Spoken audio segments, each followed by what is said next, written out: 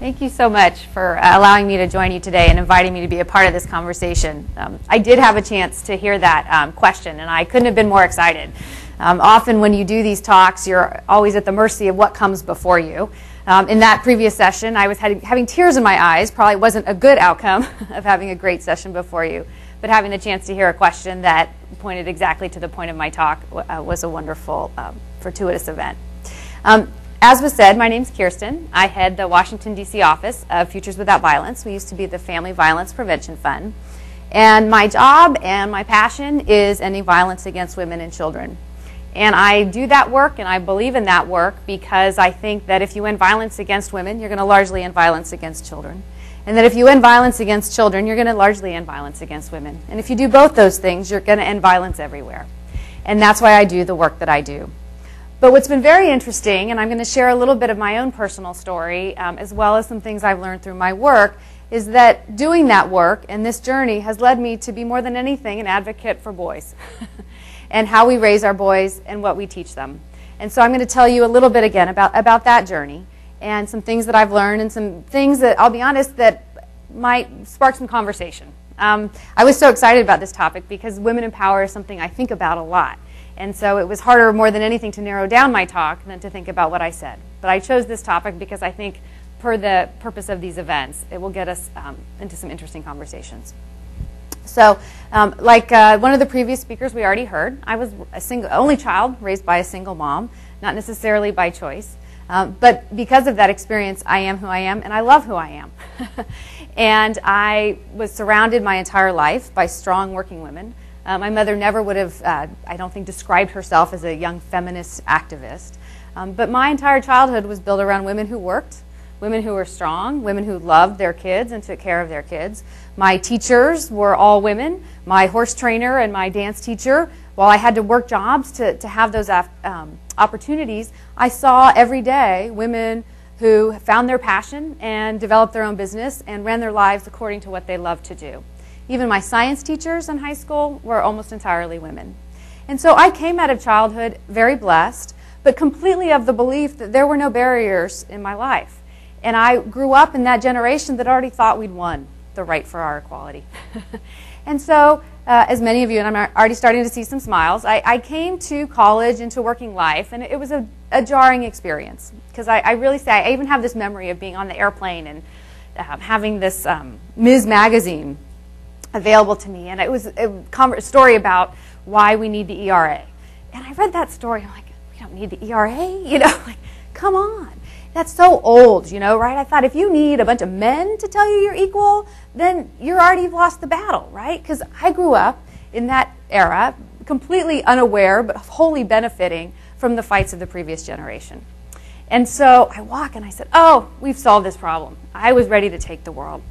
And then, like many in college, I had to work, and I had to work a couple of jobs, and frankly, I needed the money. And so I started waiting tables, and I'm waiting tables, and the first time, you know, somebody puts their hand on you, a gentleman who you're waiting on, you kind of like, really? No, that didn't happen. And then the second or third time happens, you're like, seriously, right? You really just did that. And of course, my empowered status, right, my initial reaction is to just turn around and clock the guy, right?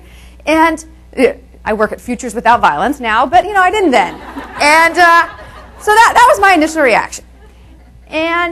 But of course, what do you figure out really quickly? You can't do it because you're going to lose your job.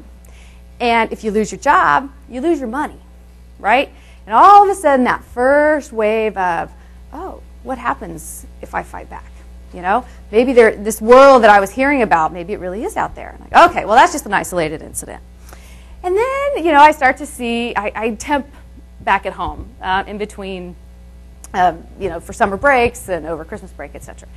And then you start having those experiences, right? Which everybody, you know, everybody knows in their head. You feel almost embarrassed to say it now. But these were new to me at the time of, you know, clearly knowing what you were doing and still, right, being the one who's asked to go prepare the tables for the meeting, take the notes, get the coffee. And you're like, seriously? Really? Okay, well, I'm just a temp.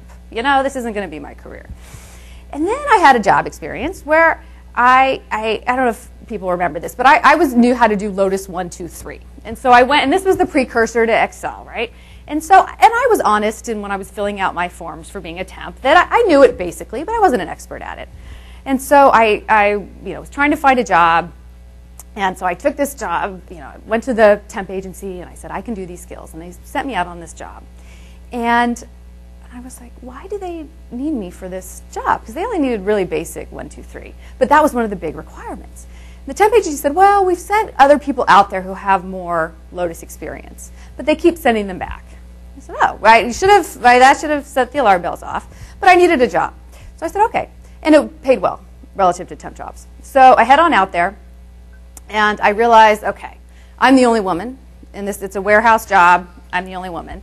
And I realized the reason they wanted me for this job was because they deemed it a secretarial job, and hence a woman needed to fill this job. And this is now the early 90s, right? So these are not the old dark ages. And I'm like, okay, here we go. So, but I'm paid well. It's a temp job. And then sure enough, the guy who runs the place puts the arm around you, walks you around the floor, and it's like, hey, Bob, don't you have the tough job? And then you start to get that kind of creepy feeling. And then you have to walk to the restroom, and you have to walk back. And the way where the restroom is and where all these people are, you have to have people just stop. Every time you want to walk to the restroom, get a sip of water, everybody stops, looks at you. And not in that, hey, how's it going kind of look, but in that look that you start to feel like, oh, I'm uncomfortable. So I was like, no way I'm taking this. I called the temp agency. I'm like, this is unacceptable. And they're, well, you're kind of now a troublemaker, right? They said, so we can take, yes, you have a right to quit a job, but you know that there are consequences for quitting your assignment, mid-assignment. And I said, yes, and there are consequences for subjecting a temp to sexual harassment. And they said, oh, yeah, yes, we do, right? I'm like, okay. So my empowered self, I was raised with power, and I'm going to exert it. So they give me another job, but it's a job at a daycare center, and it pays less than half of what I was making before. And I love kids. Kids are lovely. But, that's not what I was signing up for. I was also trying to get some career experience, right? And then, so that's one of those experiences where you go, oh, this is what they're talking about. And then you go through life, and I finished school. I went to grad school. I went to started working on Capitol Hill and worked my way up, both starting at a nonprofit and then working for a member of Congress. And I was sharing, I was sorry that one of the questions from earlier was about how do you assert a leadership style that is yours and your own, but that when you're initially in that sort of that first wave, so much of what you're encouraged to do is lead like men lead, right? That your job is sort of fit into the male model of leadership. And so sure enough, and I wasn't necessarily going to share this story, but because that question came up, I will. I was given this book called Hardball for Women. And it was really about, as women move up, here are the lessons you need to learn. And it wasn't, the book is quite clear. It's not that you have to be this way, but here are the things you should understand about male culture and female culture, and they were different cultures, and so you can be successful. And one of the lessons was really all those things that you learned that made you really successful as an individual contributor often actually work to your detriment when you reach senior leadership, right? So that often, women who are achieving at this level now were obviously, like all of us, right? I mean, hardworking, did well, did their jobs, worked hard, super achievers, and at each level they advanced based on their hard work and their achievement, right? You were rewarded for your ability. And then you hit this level where all of a sudden, it kind of doesn't matter anymore. And that view that I would be recognized just because I was good at what I did stopped, right? And that culture of self-promotion, right, especially here in a place like Washington, becomes critically important. And that was something that this book was actually really good about talking about, right, which was that you need to be able to compete, and that women often don't necessarily want to compete with one another, and that men, that's something that's actually quite easy, is competing with your peers for a job. And I thought, okay, that's something I'm going to hold on to, right? And that you could fight and argue and achieve by being tough and kind of hard to work with, right? I'm like, I don't want to be that as a boss. I actually think you get better outcomes when you listen to people, right? But bringing people around the table, taking time to listen to opinions, making sure the newest intern's voice is heard in the conversation as well as your senior-most person, right? That's deemed weak, right? And that's not a good style. And so I learned, okay, to your point, the earlier conversation, I have to pretend to be a certain way, and then I get to get in there and be the way I want to be. And that's something, to be honest, I've now continued. I've since left the Hill, and I've now been, as was said, I've been about 13 years at Futures Without Violence. And my passion in that work has been, as I said, about ending violence against women and kids. And what I've had to learn in doing that is that no matter what we achieve, right, that, I mean, I advocate for girls' education, women's economic empowerment, laws to end violence against women, and training for police, training for prosecutors, training for healthcare providers. Everything I can do that puts power in the hands of women and girls, that recognizes the disproportionate impact of just about everything on girls and women, particularly in the developing world, as well as the missed opportunity, which we've already talked a lot about when women aren't at the table, you get worse outcomes. And that, more than anything, is the reason to bring women to the table. But I've spent all of this time, investing in girls, investing in women, and realized that you can bring them up, but if you're not bringing men with you, you're never going to get there, right?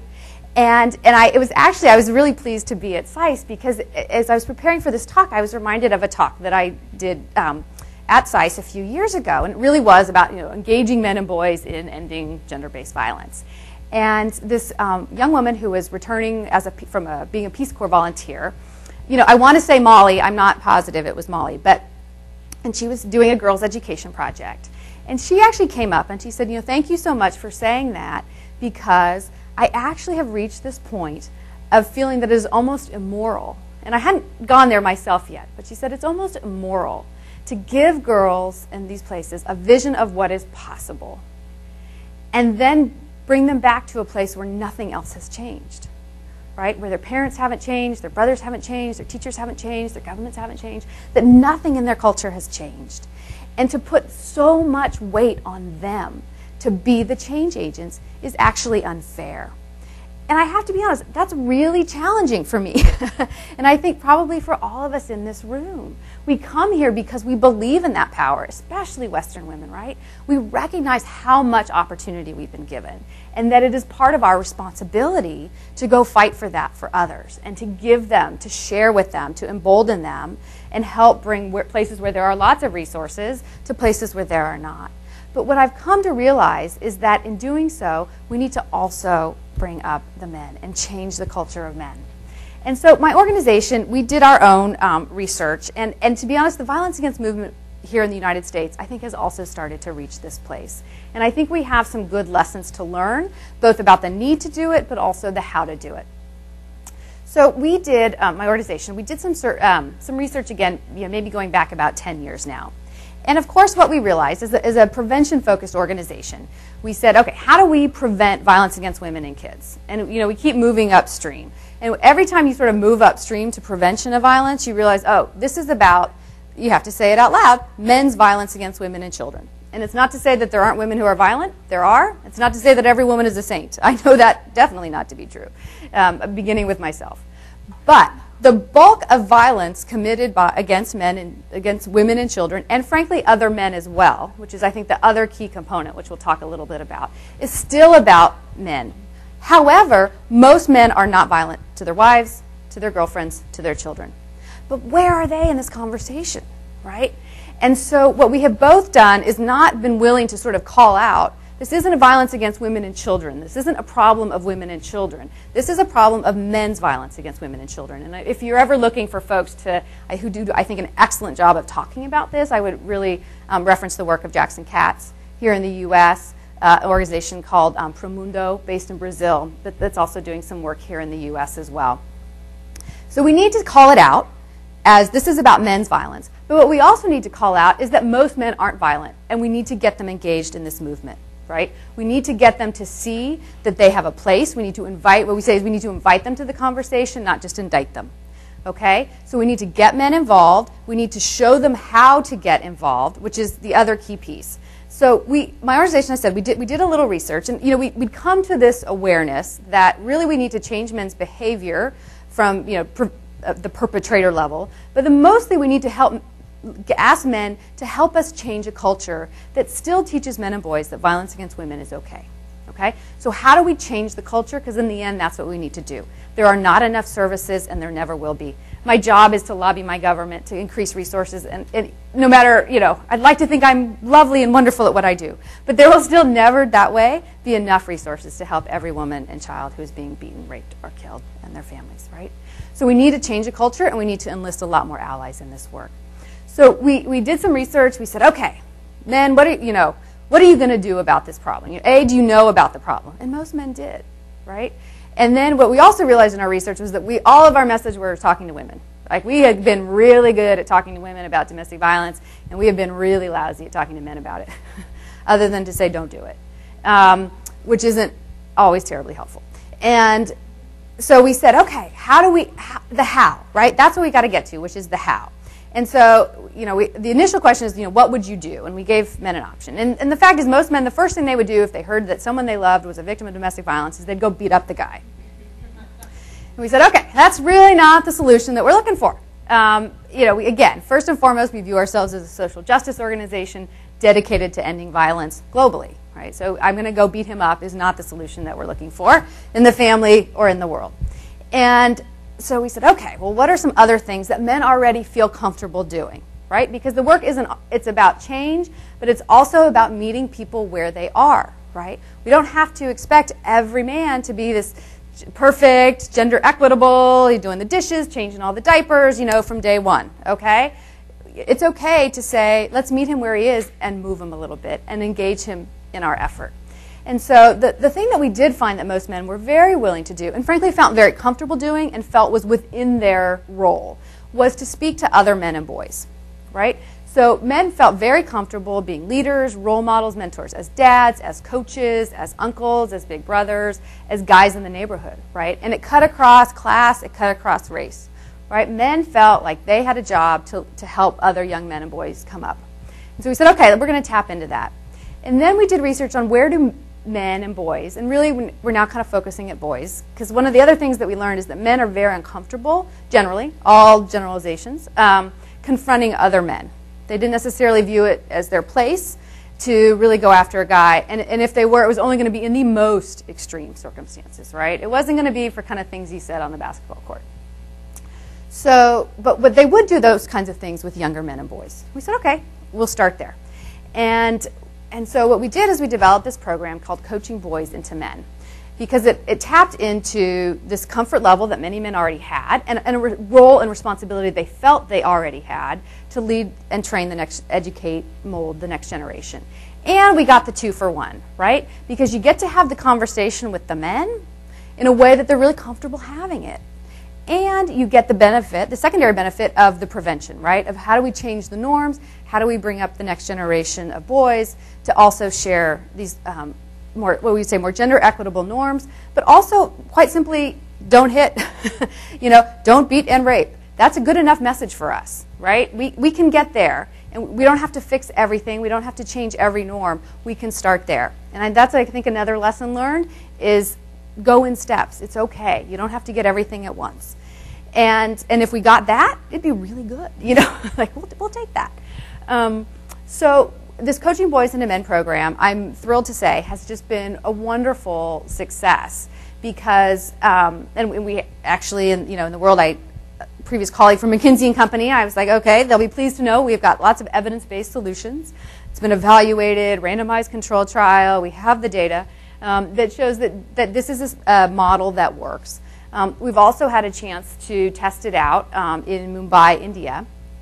And again, we're using cricket coaches, right? So you got to do, take what you learn, but it's never, one program rarely fits perfectly here and fits perfectly there, right? But don't disregard everything you learn, right? And I often find in the international context, like, oh, it's in the United States, there's nothing applicable here. It's like, well, it's not going to look the same, but there's things you can learn, right? So one of the important things we learned is that this can also work engaging cricket coaches as leaders and role models of men and boys. So I just wanted to conclude there. I know my time is running out. And to just say, I think this is an important conversation for us to have. I know it's a challenging one. I think most of us are in this room because we believe in lifting up women and girls. But I'd ask us to have a conversation and to consider the idea that the work of doing that must also be about how we lift up our men and boys. Thank you.